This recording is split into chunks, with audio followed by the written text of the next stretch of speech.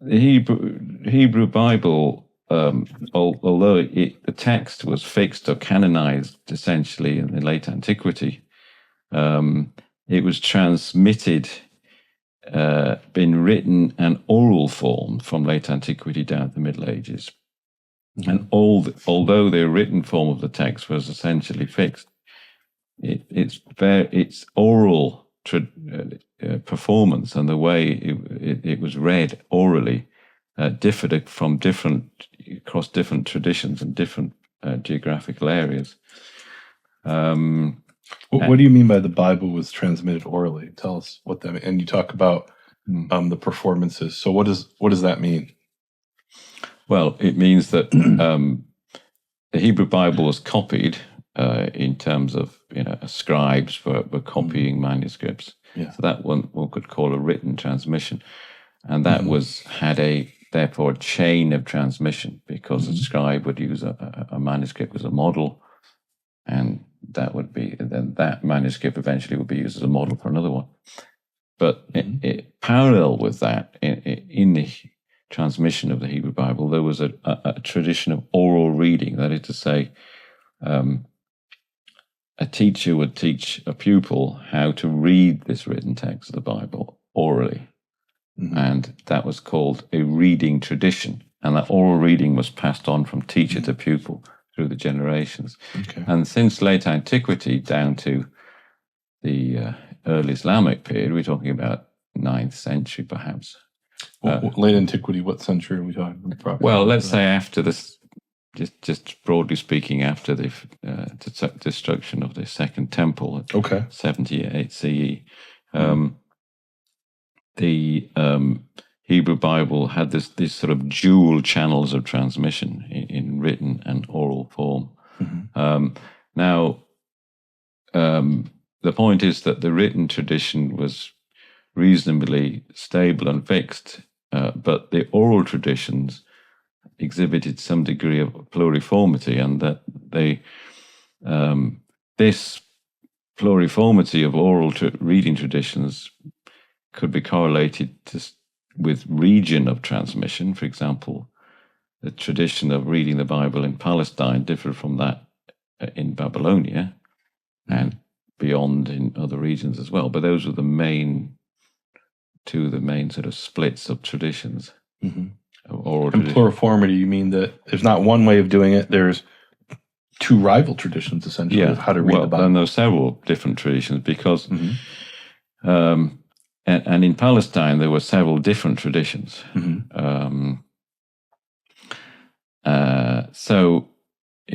But one particular oral tradition, that's known as the Tiberian tradition, had a particular prestige, because the various oral traditions had different degrees of prestige.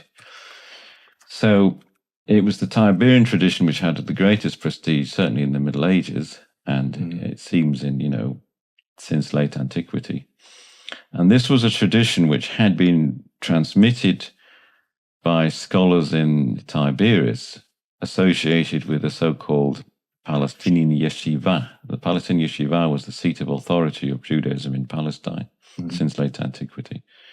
And by yeshiva, you mean there was this academy of rabbis or something? Yeah, it's an academy. It's not. Okay. It was, but it also had it had responsibilities of Jewish legislation as well. I mean, but it also was a center of learning. But certainly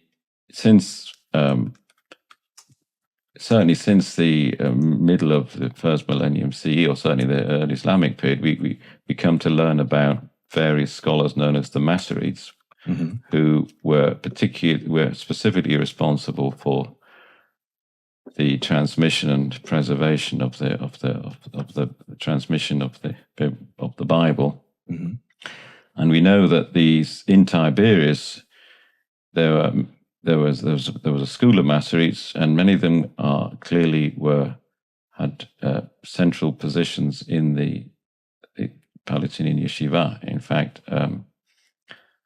one of the Masoretes in Tiberias was called Pinchas Rosh HaYeshiva, which means he was the head of the yeshiva. So it seems the Masoretes school was a central component of the Palestinian issue. So that's really well. I'm gonna let you continue, and I have all these questions to follow up. This is very exciting.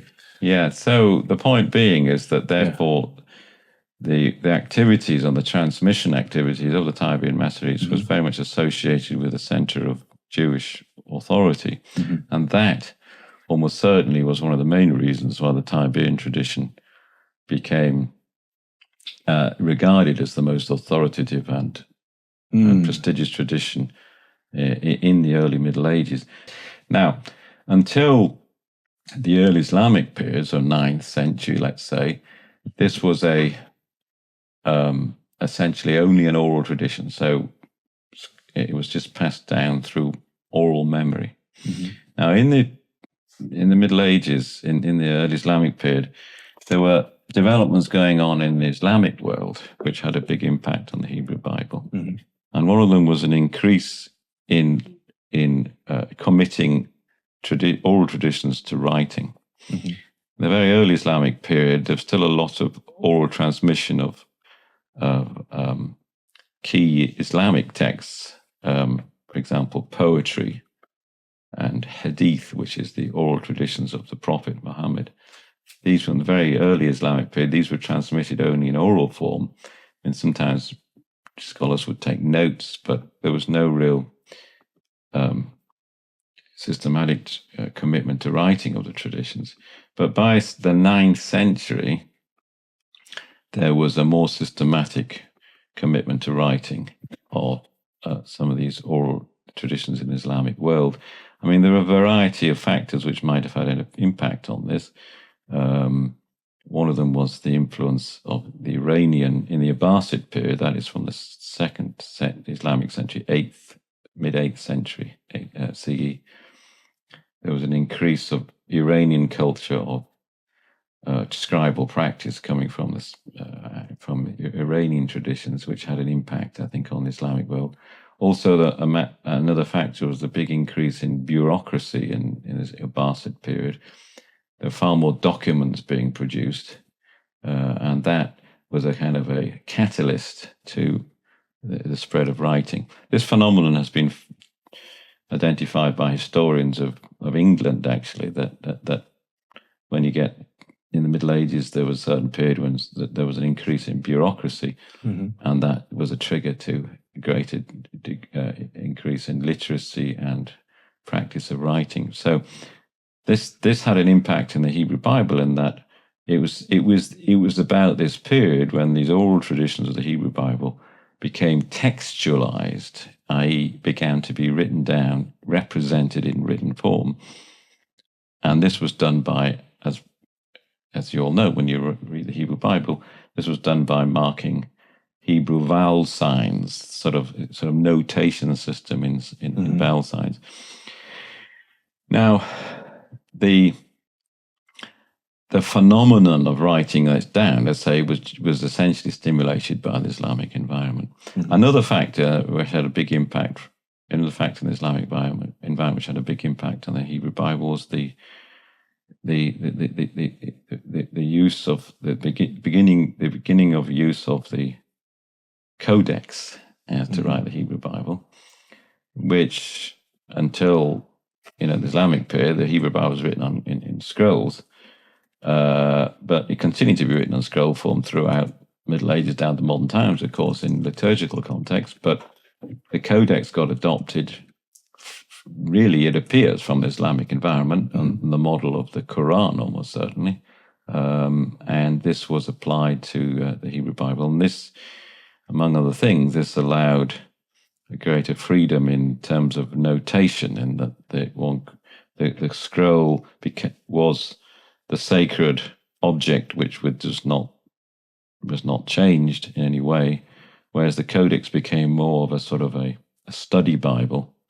And this allowed the Masoretes to write down notations like the vowel signs, crucially. But it was the actual shift in the environment to a more writing-based culture that was one of the stimuli to the writing down of the oral tradition.